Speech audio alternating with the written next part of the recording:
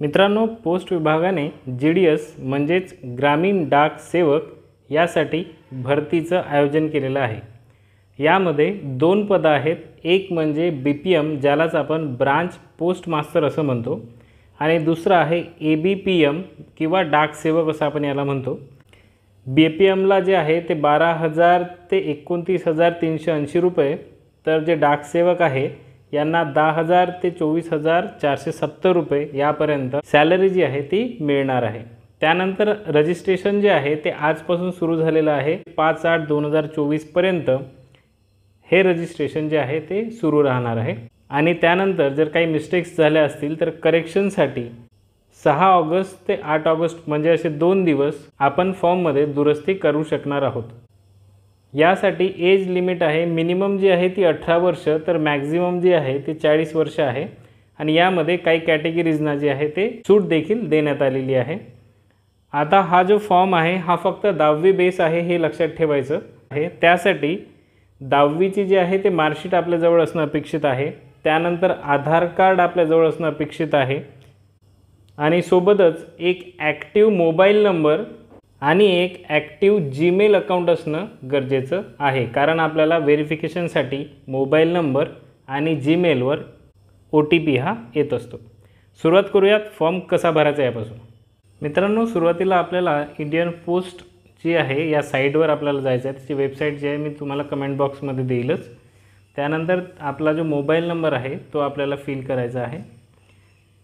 ते झाल्यानंतर आपल्याला ते व्हॅलिडेट करायसाठी एक OTP जो आहे ते आपल्या मोबाईल नंबरवर येईल, तो आपण इथे टाकून सबमिट करायचा आहे। सबमिट OTP केलं की आपल्याला व्हेरिफिकेशन जे आहे ते येणार आहे।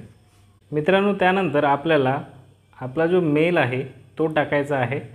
त्यानंतर मेलवर जो OTP सेंड केला आहे तो आपल्याला इथे व्हेरीफाय करून घ्यायचा आहे। हे झाल्यानंतर आपल्याला जे 10वीच्या मार्कशीटमध्ये आपलं नाव आहे ते ॲज इट इज इथे टाईप करायचं आहे।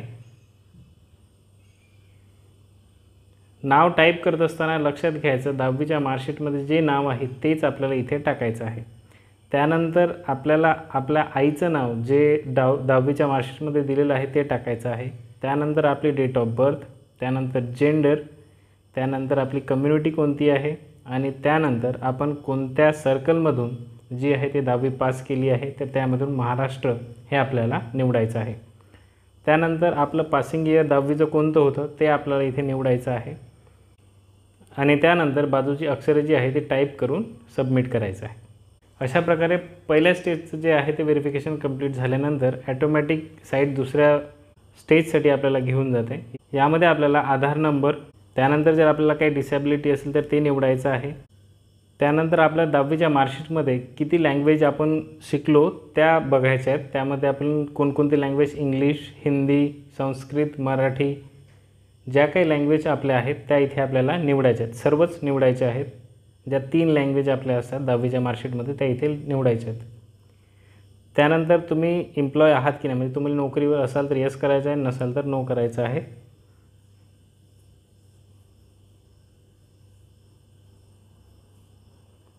त्याच्यानंतर जे आहे तुमची जी इमेज आहे म्हणजे फोटो तुमचा जो आहे तो 50 KBच्या आत असला पाहिजे आणि तुमची जी सिग्नेचर आहे तर ती 20 KBच्या आत असली पाहिजे। हे सगळं भरल्यानंतर आपल्याला सबमिट करायचं आहे। सबमिट केल्यानंतर एकदा आपल्याला व्हेरिफिकेशनसाठी सगळं येणार आहे। त्यानंतर आय हिअरबाय डिक्लेअर जे खाली जे चेकबॉक्स आहे तो करून सबमिट करायचा आहे। त्याच्यानंतर कंटिन्यू टू अप्लाय, आपली रजिस्ट्रेशन प्रोसेस जी आहे ती कंप्लीट झालेली आहे। आता आपल्याला समोरच्या विंडोवर जायचं आहे। त्यानंतर ॲप्लिकेशन नंबर टाकून आपल्याला समोरची प्रोसेस जी आहे ते करायची आहे। त्यासाठी आपल्या रजिस्टर मोबाईल नंबरवर जो आहे OTP पुन्हा सेंड केला जाईल, तो पुन्हा एकदा आपल्याला सबमिट करायचा आहे। त्यानंतर एकदा OTP आपण टाकला की परत जे खाली काही शब्द दिलेले आहेत ते टाकायचे आहेत आणि आपल्याला नेक्स्ट असं करायचं आहे। आता इथे आपल्याला ॲड्रेस आणि आपली क्वालिफिकेशन डिटेल जी आहे ती भरायची आहे। तर याच्यामध्ये पहिले आपण ॲड्रेस भरून घेणार आहोत। त्यानंतर आपल्याला क्वालिफिकेशन डिटेल्सवर महाराष्ट्र आणि तुम्ही कधी पास झाला तर ते निवडायचं आहे। तर यामध्ये आपल्याला महाराष्ट्र स्टेट बोर्ड जे आहे ते निवडायचं आहे आणि याच्यामध्ये 2008 ते 14च्या दरम्यान जर कोणी पासआउट झालं असेल तर आपल्या मार्कशीटवर 650 मार्क्स जर असतील तर तुम्ही हा ऑप्शन निवडायचा आहे वरचा. आणि जर तुम्ही 750 मार्क्सच्या मार्कशीटनी जर तुम्ही भरत असाल हा फॉर्म तर 750 हे निवडायचं आहे. 2007 ते 2014पर्यंतसाठी 650 मार्क्सची मार्कशीट आहे तर त्यांनी 650 मार्क्स असं निवडायचं आहे. जे 1996 ते 2008च्या दरम्यान काही पासआउट झालेले आहेत त्यांच्या मार्कशीटवर 750 गुण आहेत तर ते एकदा कन्फर्म करूनच भरायचं आहे.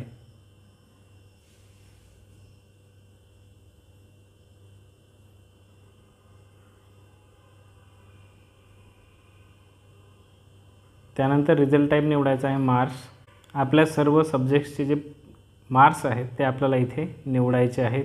सायन्स आहे सुरुवातीला, तर सायन्समध्ये आपल्याला किती मार्क्स मिळाले होते विज्ञान ते आपल्याला इथे टाकायचे आहेत. त्यानंतर मॅथमॅटिक्स जे आहे त्याचे मार्क्स आपल्याला टाकून घ्यायचे, गणिताचे मार्क्स. त्यानंतर सोशल सायन्स म्हणजे सामाजिक विज्ञान ज्याला आपण म्हणतो ते मार्क्स आपल्याला टाकून घ्यायचे.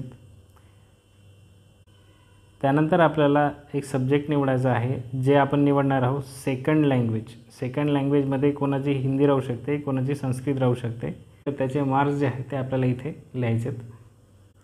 त्यानंतर आपल्याला थर्ड लँग्वेज निवडायची आहे आणि ती असणार आहे आपली इंग्लिश. तर इंग्लिशचे जे मार्क्स आहेत ते आपल्याला इथे लिहायचे. त्यानंतर आपली जी फर्स्ट लँग्वेज आहे तर ती असणार आहे मराठी आणि मराठीचे मार्क्स आपल्याला इथे लिहायचे. त्यानंतर सेव्ह आणि कंटिन्यू करायचं आहे.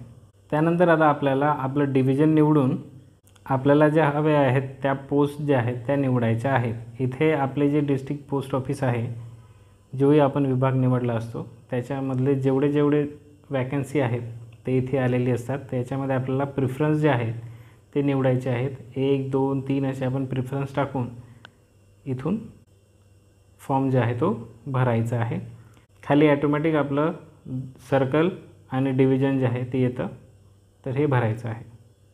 त्यानंतर आपल्याला आय हेअर बाय डिक्लेअर दॅटवर टिक करून सेव्ह अँड प्रोसीड करायचं आहे आणि आपला फॉर्म जो आहे तो ॲटोमॅटिकली सेव्ह इथे होतो. त्यानंतर आपल्याला प्रिंटचा ऑप्शन येतो, तर प्रिंट आपल्याला काढून घ्यायची आहे.